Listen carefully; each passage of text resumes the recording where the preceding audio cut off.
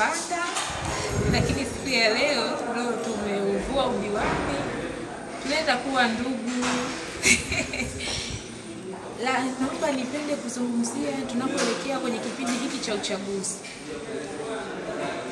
Tunaelekea kipindi hiki kwenye uchaguzi, lakini ndani ya mchakato wa ndani ya vyama, lakini mwisho wa siku tunatoka mchakato wa nje. Na yangu kwa wananchi na jamii kwa ujumla, nilikuwa nawaomba sana wawape ushirikiano viongozi ambao watakaochaguliwa, barikiwa, lakini pia ni wasihi wale wanaoenda kutia nia ya kugombea ngazi mbalimbali. Kuna ngazi ya ubunge, diwani viti maalum, diwani mkata na ngazi nyinginezo za ubunge uwakilishi. Ni kwamba kuna wengine wana imani kuwa ukipata kiungo cha mtu mwenye ualbino unaenda kushinda kwenye nafasi ile aliyoomba, jambo ambalo sio kweli. Ingekuwa ndivyo basi sisi watu wenye ualbino wote tungekuwa ni viongozi, maana viongozi tunavyo sisi wenyewe.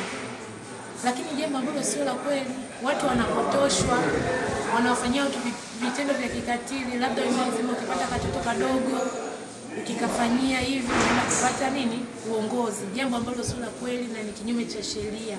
Kwa hiyo ninalaani kabisa na ninaomba jamii na viongozi wote tushirikiane kukilani kitendo hiki na kisiweze kujitokeza katika kipindi hiki cha uchaguzi. Tutambue kwamba watu wenye ualbino ni watu kama sisi, lakini ni watu wanaotamani kushiriki uchaguzi kikamilifu, lakini kutembea kwa amani katika kipindi hiki cha uchaguzi. Na sio tena ianze makambi, sasa sisi uchaguzi umeanza, ianze heka. Hapana. Kwa ninaiomba jamii, lakini pia ninaomba kamati ya ulinzi na usalama, kama nilivyomuomba Mheshimiwa Mkuu wa Wilaya kwamba hakikishe sasa ulinzi unaenda kuikiwa, lakini wanaenda kulisemea jambo hili hata katika vyombo vya habari, ngazi mbalimbali, viongozi wa madini watoe elimu misikitini, makanisani, kwamba si kweli mtu kipata kiungo cha albino unaenda kushinda katika nafasi yako. Zaidi tu mtu utalalamika na utaadhibiwa kuanzia duniani mpaka kesho yake. Yangu ni hayo ndugu mtangazaji. Nini sasa kilikusababisha uliongea kwa hisia mpaka ukadondosha machozi? Unahisi nini au nini kilikufanya mpaka ulie mle kwenye baraza la madiwani ulipokuwa unazungumzia hicho kitu? Kitu hicho nimekizungumzia kwa sababu tulisikia tukio lililotokea kule Kagera la kupotea mtoto mwenye ualbino.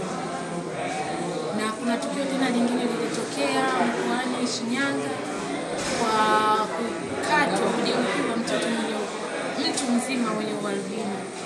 Lakini nilikumbusha mbali, tunakumbuka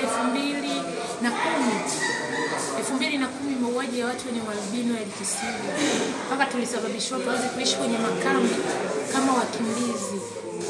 Kwa kweli iliniumiza sana.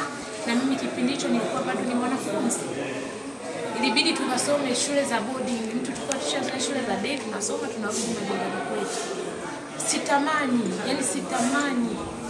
Ninaiomba serikali isimame kidete na itoe onyo kali kwa yoyote yule atakayeisiwa kabla hajafanya kitendo. Hatua kali za kisheria zichukuliwe. Ndivyo hivyo tu ndugu mtangazaji.